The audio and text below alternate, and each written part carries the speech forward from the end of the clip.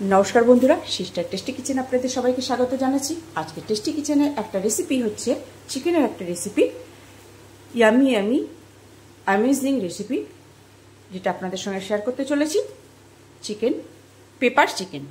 तो बंधुरा प्रथम थेके शेष पर्यन्त आपनारा देखुन पेपार चिकेनटाके आमी किभाबे बानाच्छि।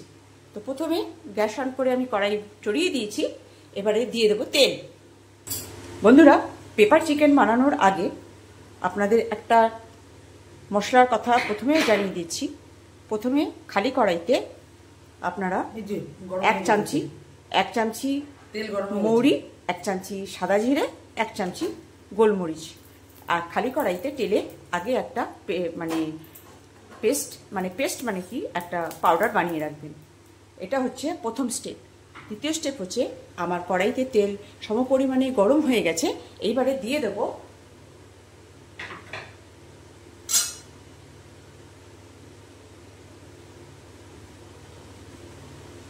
মৌরি ফোড়ন।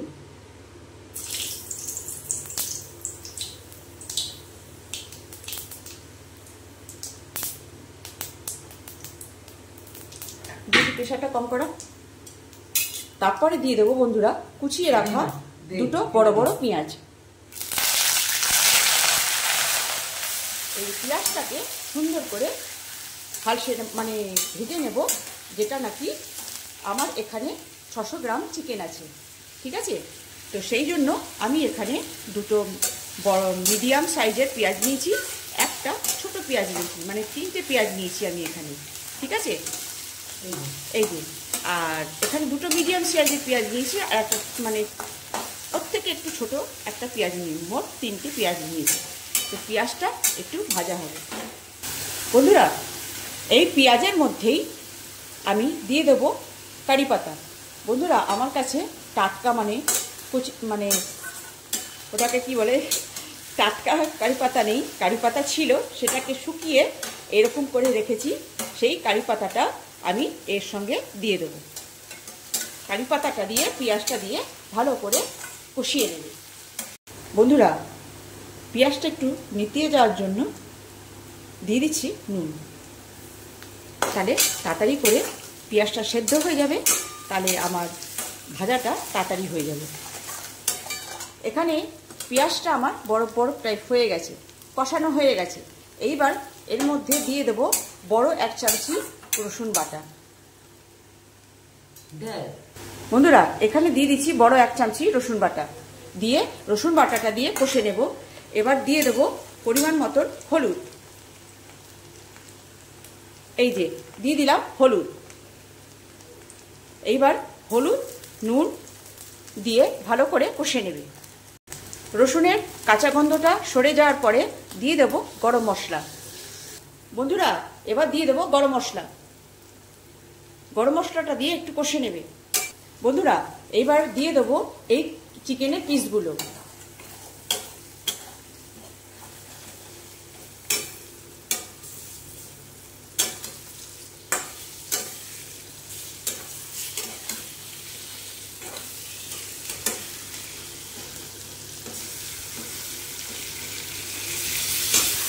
এই চিকেনের পিসগুলো দিয়ে এইবারে ভালো করে কষে নেবে। বন্ধুরা মনে হচ্ছে যে আপনার মশলাটা একটুখানি ধরে যাওয়ার চান্স আছে, তখন 1 চামচ জল দিয়ে সেটাকে লুজ করে নেবেন, যাতে চিকেনটাকে এত সুন্দর করে কষাবেন যাতে ভালো লাগে আর কি, ঠিক আছে। সেইভাবেই যখনই মনে করবেন যে ফুল ফ্লেমে দিয়ে আপনি চিকেনটাকে ভাজছেন, তো মনে হচ্ছে যে ধরে যাচ্ছে, তখনই একটুখানি জলের ছিটা দিয়ে দেবেন বা 1 চামচি জল দিয়ে কষবেন, তাহলে চিকেনটা ভালো মতো কষা হবে। বন্ধুরা আপনি চাইলে এটা ঢাকা দিয়েও কষতে পারেন চিকেনটা সেদ্ধ হওয়ার জন্য। তো এখানে আমি ঢাকা দিয়ে কষছি না, যখনই আমি মনে হচ্ছে যে একটুখানি ধরে যাওয়ার সম্ভাবনা আছে, যেহেতু আদা রয়েছে সেহেতু একটু ধরে যাওয়ার চান্স থাকে, তখনই 1 চামচি করে জল দিয়ে এটাকে কষে নিতে হবে। বন্ধুরা এবারে খানিকটা সেদ্ধ হওয়ার জন্য, ওই যে মাঝে মাঝে বলছিলাম না যে মশলাটা ধরে যাচ্ছে, সেই জন্য একটুখানি জল দিয়ে দিয়ে কষিলে চিকেনটা ভালো মতো কষানো যায়। সেই জন্য 1 চামচি করে জল রেডি করে রাখবেন হাতের সামনে, যে দিয়ে দিয়ে কষে নেবেন। বন্ধুরা জল এবারে জল দিয়ে দিচ্ছে সেদ্ধ হওয়ার জন্য। বন্ধুরা এই পজিশনে প্রথম স্টেপে আমি বলেছিলাম মৌরি, জিরে আর গোলমরিচ একটু খালি কড়াইতে টেলে নিয়ে যে পেস্ট মানে পাউডারটা করে রাখতে বলেছিলাম, সেই পাউডারটা এই যে এবারে এটা দিয়ে দেবো। কেন কি এখন এটা দেব যেটা এর সঙ্গে একটুখানি জল থাকতেই এটা এর সঙ্গে যে গন্ধটা এটা ওর সঙ্গে অ্যাবজর্ব হয়ে যাবে। এবার এটা দিয়ে ভালো করে একটু নাড়িয়ে দেবো। বন্ধুরা এইবারে দিয়ে দেব কুচিয়ে রাখা ধনে পাতা আর একটু কারি পাতা। বন্ধুরা আমার কাঁচা তো কারি পাতা আমার কাছে নেই, সেই শুকনো কারি পাতাটাই আর কি এর সঙ্গে দিয়ে দিচ্ছি। এবার এটা একটুখানি নাড়িয়ে, এই যে দেখুন নাড়িয়ে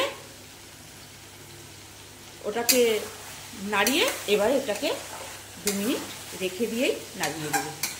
আমার চিকেন পুরো পেপার চিকেন পুরো কমপ্লিট। এবার এটা গ্যাস করব অফ আর করে দেখাবো যে কেমন হলো।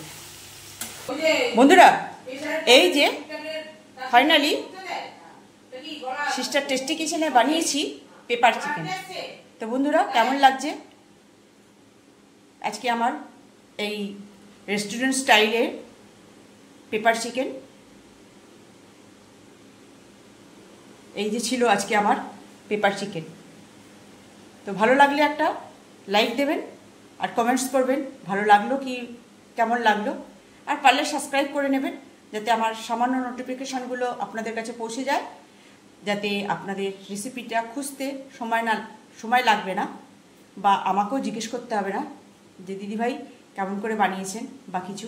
কমেন্টসে জানালে অবশ্যই তার উত্তর দেব। আর কেউ যদি মনে করেন যে ফোন করেও জেনে নিতে চান, তখন আমি ফোন করেও বলে দিতে পারবো রেসিপিটা কিভাবে বানাতে হবে। তো বন্ধুরা পারলে একটা কমেন্টস দেবেন যে কেমন হলো কি হলো না, তো কেমন লাগছে।